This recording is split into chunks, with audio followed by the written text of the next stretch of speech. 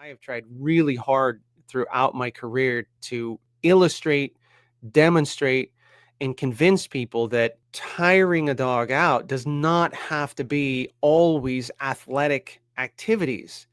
Using the brain, especially using the brain in ways that it was designed to do for a dog, tires them out as much or more. Hey everyone, Ian here with Simpawtico Dog Training. On one of my recent live shows on Facebook, we had an awesome discussion about healthy dog play, enrichment, socialization, and the nervous system. I put together the highlights from that show and I hope you find it informative.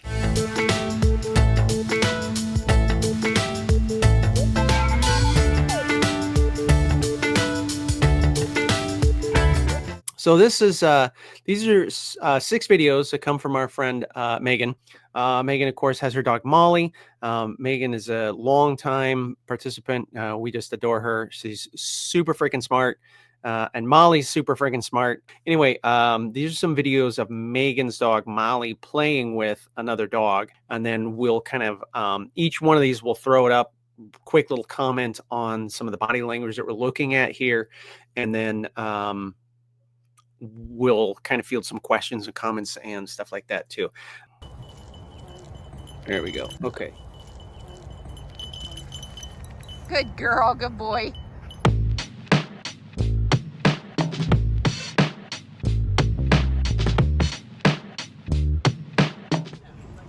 Same thing. Really? She got home, was barely interested in dinner, and then after that went into a different, there's different bedrooms. Yeah. She went into a different bedroom, hopped up on the bed, and just like for hours, no asking me to play, no nothing. And I was like, what is going on? Where are you staying? I'm over by Perkerson Park. That is Capitol View is the name of the neighborhood. Oh, so you're like right downtown. Nobody told her it was supposed to turn into some kind of love scene? No. Oh, are you thirsty, babes? He was yelling at the director. That's good self-regulation. I really like how Molly just kind of opted to break off there. That's good self-regulation. And then Ollie clearly followed suit. You know, he was like, yeah, no, this is good timing. Like, so right here. No. Oh, are you thirsty, Yeah, babes? good. And then that shake off from Ollie, that was pretty good. That was pretty good. It's worth noting some of these things like right here. She went into a different bedroom, hopped up on the bed, and just like for hours, no asking me to play, no nothing. Here. And I was like, what is going on? Where are you staying? You see how Molly's on her back like that. So a lot of the thinking a few years ago was that dogs will take turns submitting and being dominant and stuff like that. And I'm not saying that displays of faux or fake or manufactured dominance aren't part of play. They are, you know, but of course the other dog knows that it's all complete BS. Although studies recently have suggested that when dogs do like Molly's doing right now, where they flip over on their back, that it's less of like a faux submission as it is a tactical move, you know, to just change the nature of the play, especially if they've been running, and Molly's kind of like, okay, I'm going to take a break. So we're going to turn this into a jujitsu game instead of a sprinting game. And then you'll notice that they usually use their paws to just kind of. That is. And in that case, Ollie didn't take the bait. He was like, yeah, I don't know. And then Molly was like, all right, I'm going to get you. That is. Yep. And so then they went back to the normal wrestling stuff. With the name like, good shake off from Molly there. oh, Capitol View. And you notice that they're keeping the play. Really, there was about another 15 minutes tactical move by Molly right here where she rolled into him. Boom. Yeah. No, I'm about 15 minutes directly east of you. And then tries to use her back legs. Yep. Oh. Keeps flipping over. Good. Yeah. Awesome. And there, Ollie's doing it. He's like, all right, I need a second. I'm going to lay down here and fight you up with my legs. Don't do it to yourself. Don't do it. This hairpin turn right here, that was a hell of a move. And then doubled back. That was slick. Okay, next one.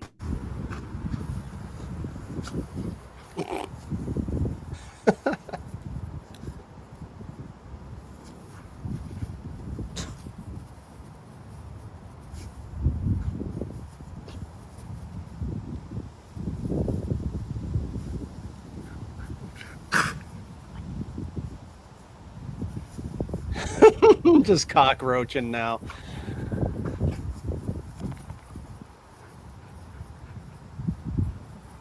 This is the stuff We're right all gonna here. roll in that spot. This Lovely. is the stuff.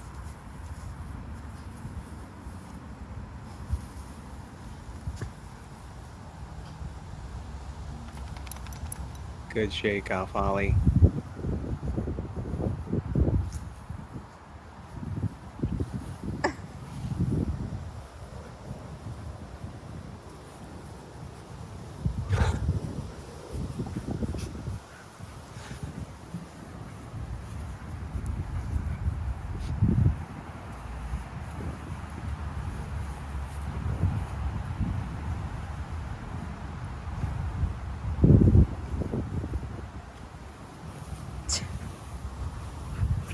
Oh, geez, you too.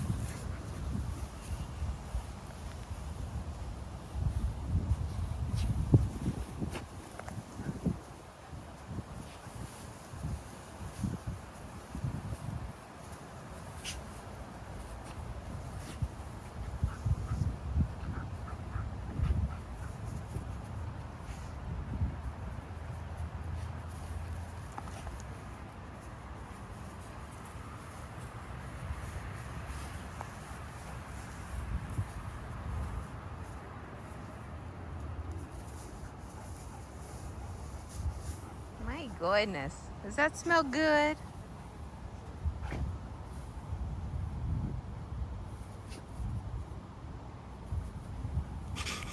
Man, Ollie's just all in. You're just hanging out, huh? Just hanging out. Good shake off, Ollie.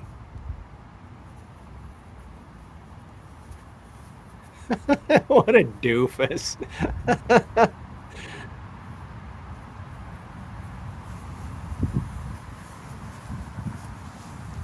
Oh, awesome. That's awesome stuff. I love that. That's actually, I love this more so than this stuff.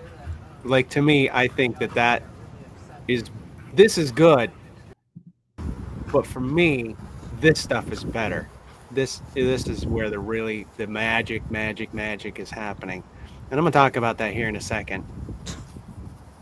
Dylan says that pause when the fawn dog did and that Molly is doing now and the other on the floor is beautiful consent checks. Yes, absolutely right, Dylan. That's awesome. So you can really see good socialization with both these dogs, because even though they're highly animated and technically their arousal level is higher, they're self-regulating extremely well. And I talked about this in the aggression, reactivity, and arousal video that I put out on YouTube a little while ago, where that energy is coming up into the system. And so anytime dogs play, you have a combination of both that socially connected ventral branch in the parasympathetic part of the vagus nerve, and then you have a little bit of the sympathetic online, because that gives the play a little bit of gas pedal.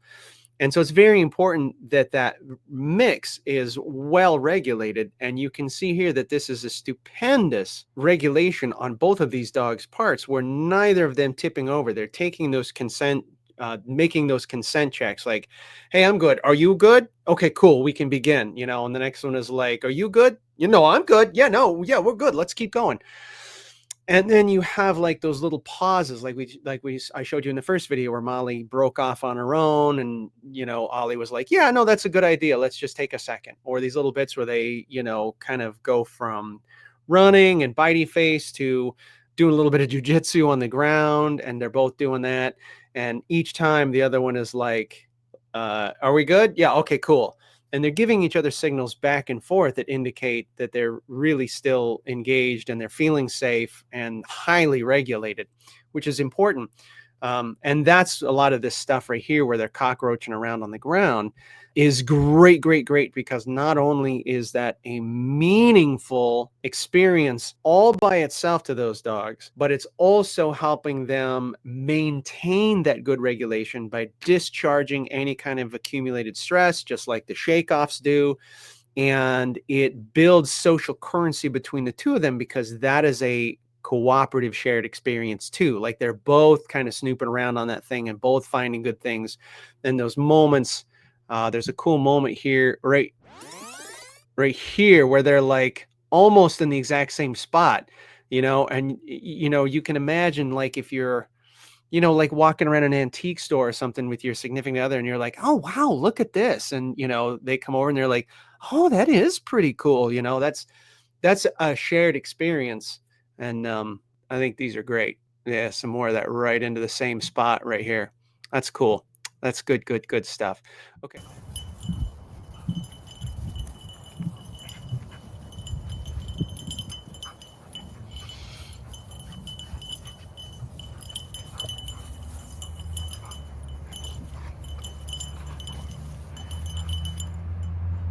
Right there. Good stuff.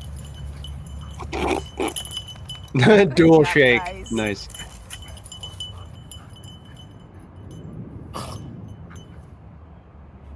Nice little consent check there. Molly's like, you ready for the next round? Look at her barking at him. Hi. Excellent. Engaged with the humans there little momentarily.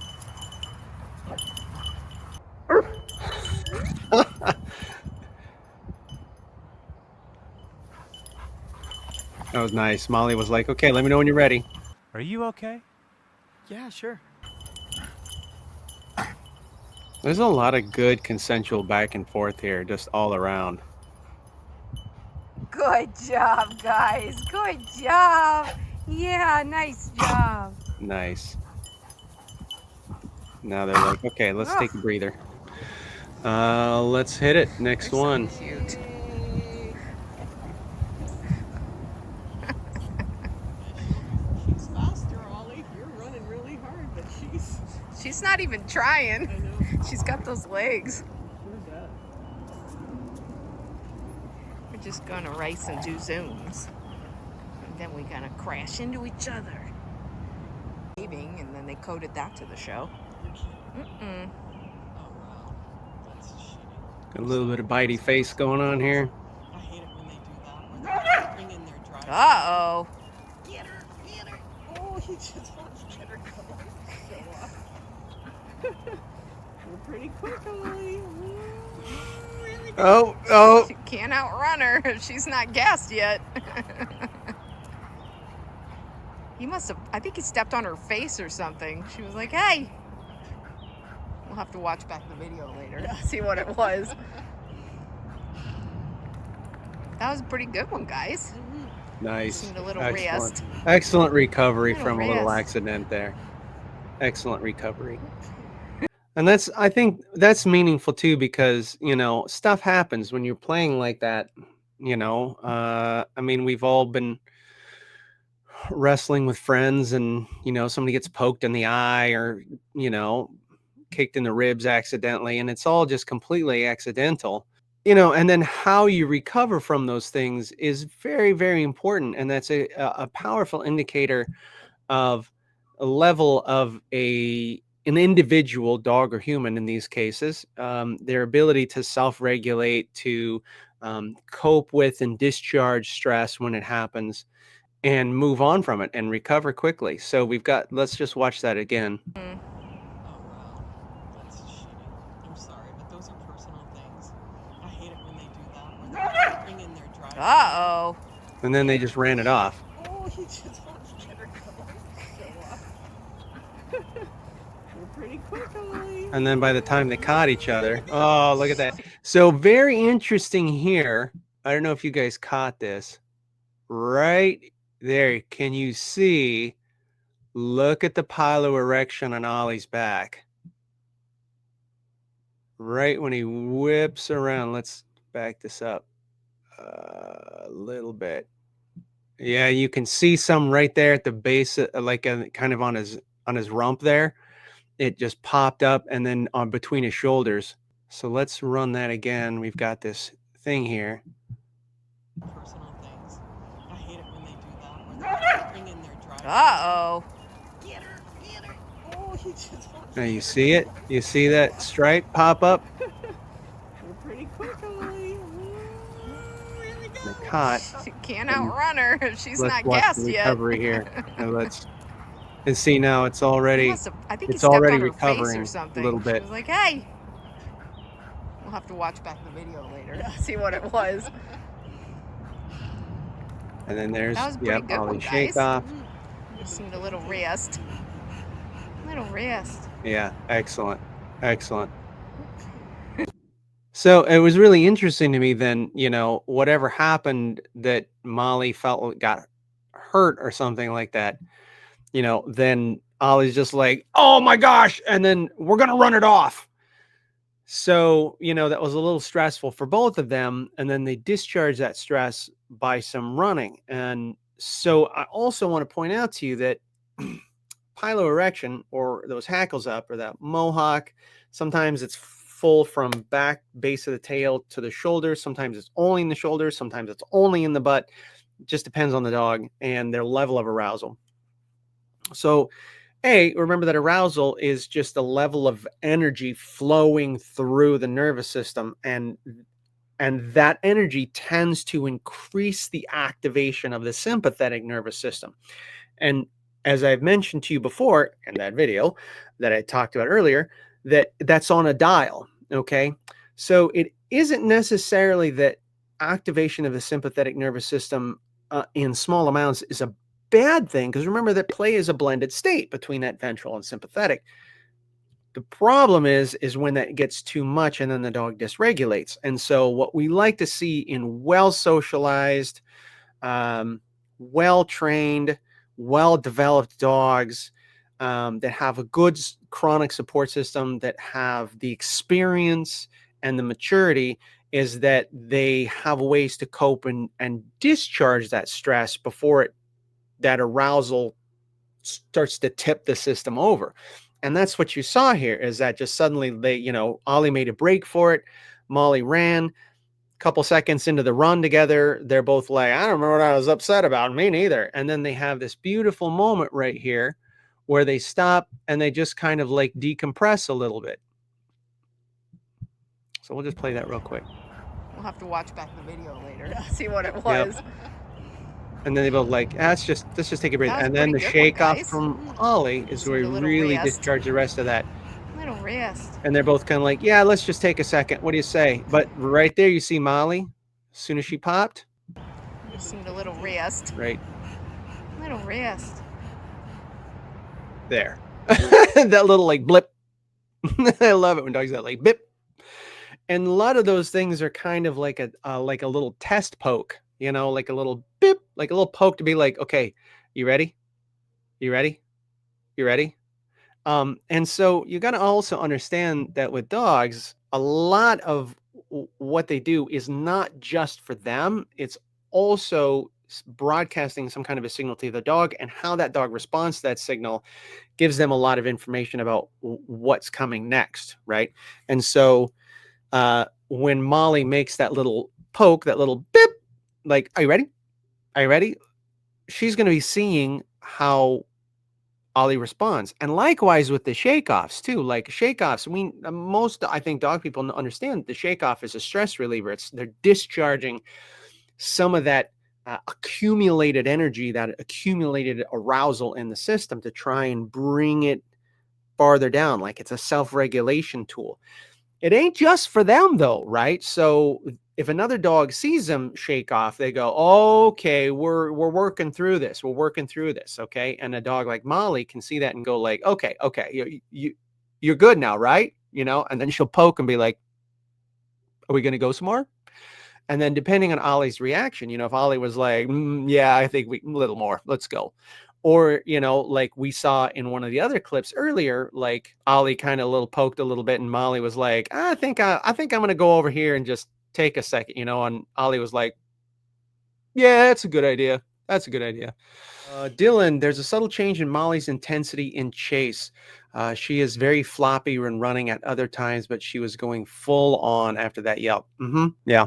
Well, like I said, a lot of that running was discharging some of the stress from that accidental misstep. Those things generate a certain level of arousal. I mean, I've experienced that myself. You guys know that I practice martial arts, and sometimes you take an accidental hit, and for a second, you know, you're amygdala goes like, oh, we're in trouble. And then the higher functions kind of go like, sit down, right? And you see that with these dogs. And that's why good socialization builds good self-regulation, so that they had a coping strategy for that. There was the misstep, the accident, the yelp, and then they're like, let's run it off.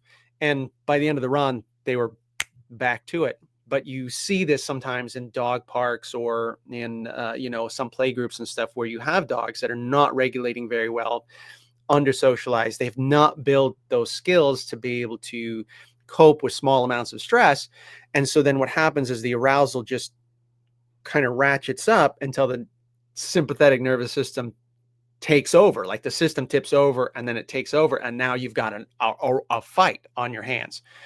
And everybody's like, whoa, whoa, whoa, whoa, what happened? And usually even the other dog is like, whoa, Jesus, oh, whoa, what are you so pissed about? So it's always a pleasure to see dogs that are able to cope with things like that productively. But then it also highlights why it's so hard when you see dogs that don't cope with that, and that's tough. Go. Yeehaw! Go, go, go, go, go. Whoa! Oh, she cut you off. What if Look Molly's at like, how about Molly this one? laying down. She's like, bring it. He's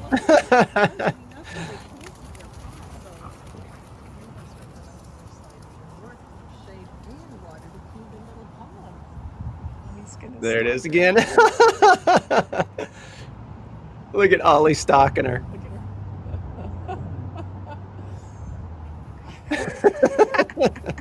A little game of chicken there. See who's gonna Stalking is flinch new. first. Yeah, funny.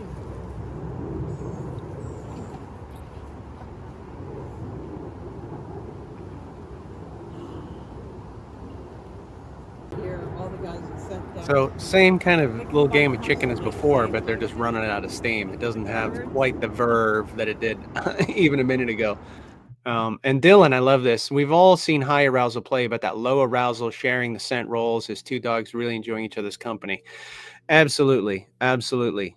So I want to comment on it. There's some more of the comments that we're going to hit here in a second, but I really want to talk about this. So in the message that Megan sent me with the links to these videos, I'm going to read this out loud to you guys. Hi, Ian. A few weeks ago, I mentioned in COH that Molly made a new friend with a very compatible play style. You asked me to send over a few videos, so I've done that.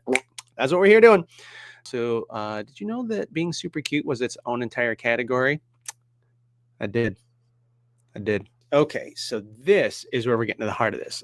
No shade to anyone, and I know that wasn't Megan's intent, but it's worth bringing up this point because I think it's a potent discussion point for us.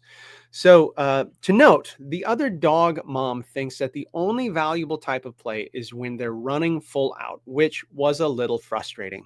She would often intercede and instigate very high energy play and then remark that she was happy that they would both, quote, take a good nap. I tried to expand her definition of what meaningful play looked like, but didn't succeed. I often took them out on my own, and they would be able to have more natural cycles of play and other enrichment, like sniffing around together or rolling in something delightful, which is some of those other ones that we saw. So I'm going to go back to this one right here, because for me, I think this is some of the most powerful stuff. This just cooperative jazz right here is extremely powerful. This is extremely useful. Like, I cannot overstate how this kind of stuff is some of the best of the videos that we watched.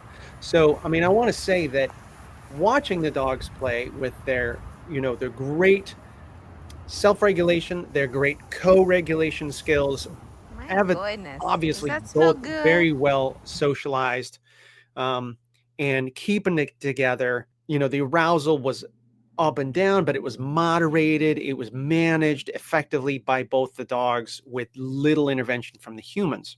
But as I said, that's a blended state. You've got the ventral parasympathetic branch, and then you've got the sympathetic branch right here. It's a blended state. That sympathetic is the fight or flight system, but a little bit is natural. That's that blended state of play, right? And that's one of the ways that you tune and tone the regulatory systems between the ventral and sympathetic is through play. So this is really useful stuff. However, as I've mentioned before, that socializing is only one really important thing for dogs to do out in the world. Foraging is also equally as important for dogs to do out in the world. I mean, that is like in the top three things that dogs find empowering and enriching for them. It helps that regulatory activity because it slows down their thinking. It brings down the nervous system. It gives them a productive, functional thing that feels good, that makes sense to them, that they can do to regulate their bodies and keep it in a good homeostasis.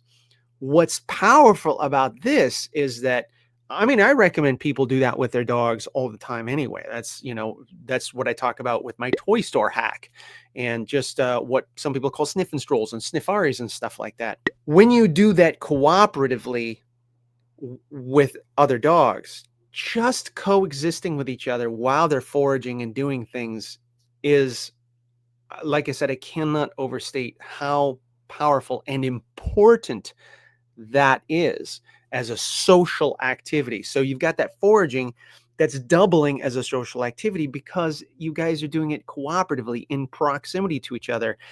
Like I said, that whole antique store metaphor, that becomes a cooperative thing when the two of you are looking at things together. And this is a really awesome example of how the two of them are enjoying the space individually, but also enjoying the space together. And that is just, I think that is my favorite stuff. And Megan, you are spot on. Like the other play is important. Sure, it's good for them. This is equally as good, if not more. We're And what all I think gonna roll in that frustrates me spot. about that Lovely. owner's kind of outlook on play is that we see that they're viewing that not through the lens of what's best for the dog. They're viewing that through the lens of what's the most convenient for me, right?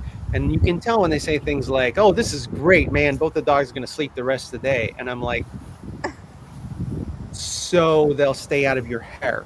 So they'll be easier to manage. So they'll be more pliable for the rest of the day.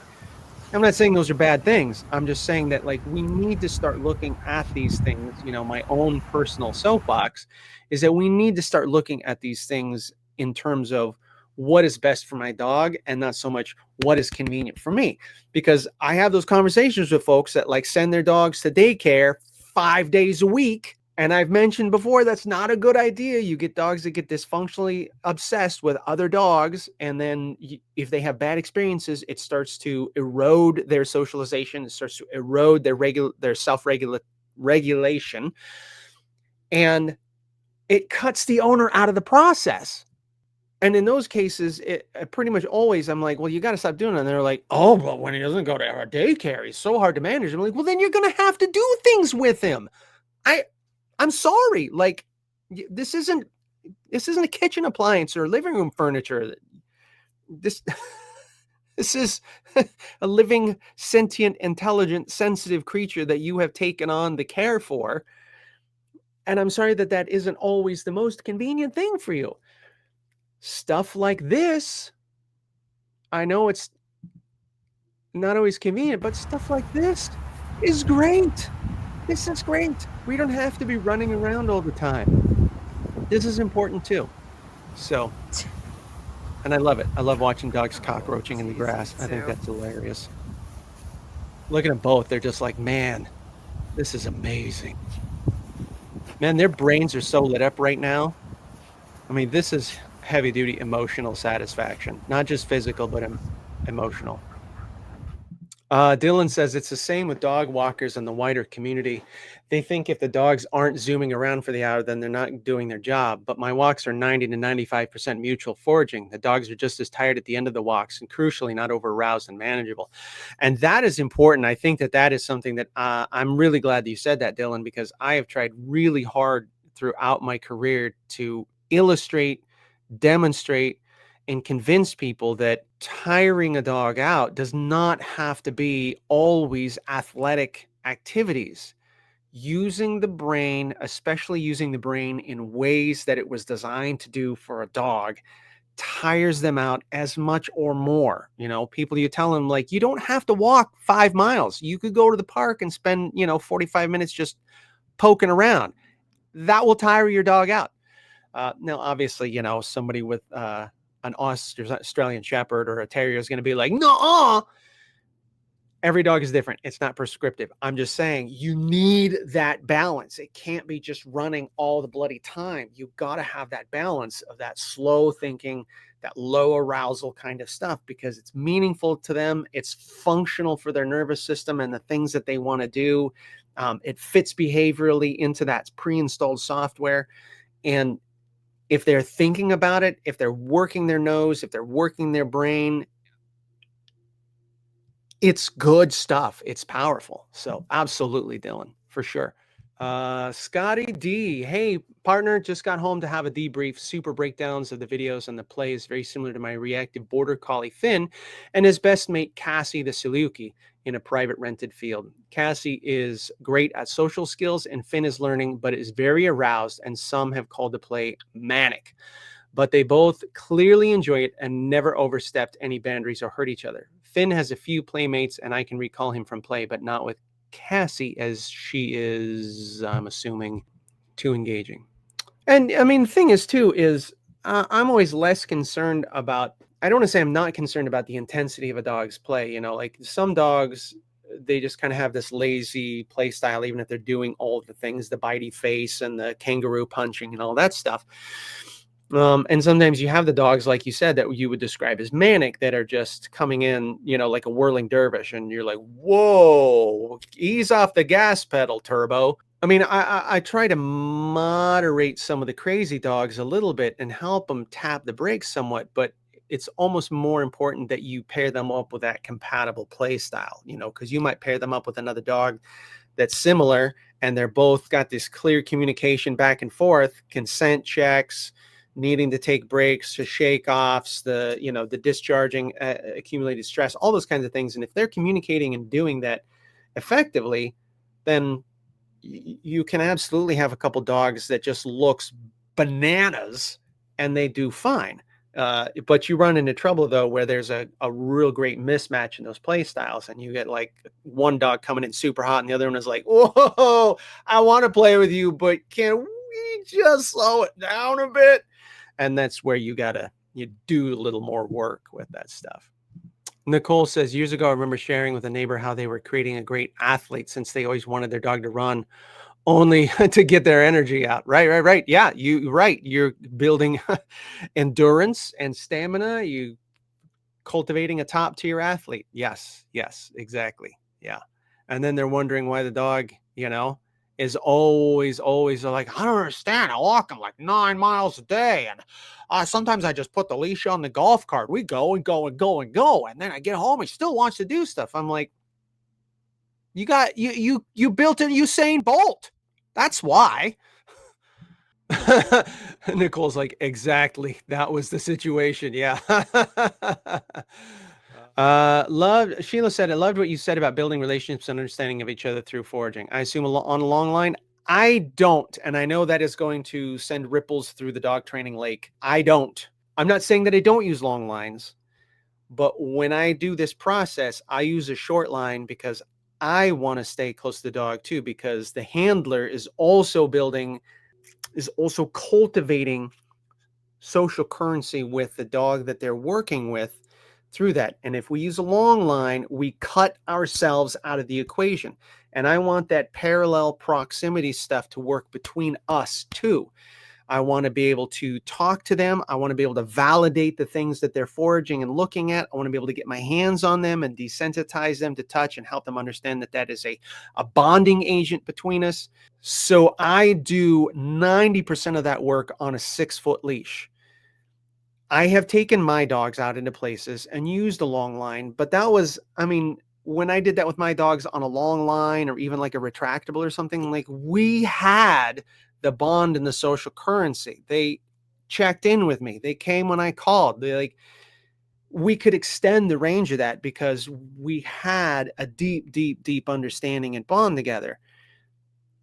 Any owner that comes in and they need to cultivate that to a higher level, or if I'm at the shelter and I'm working with a dog and I want to start building some kind of a bond so that I can work with them more effectively, I do that on a 6-foot.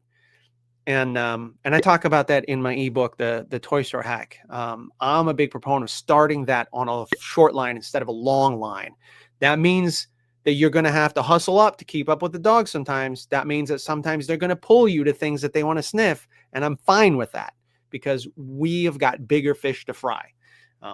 So there you go. All right. We hold live discussions like this every Friday at noon Eastern Time on my Facebook page. Join us, ask questions, and participate in the discourse.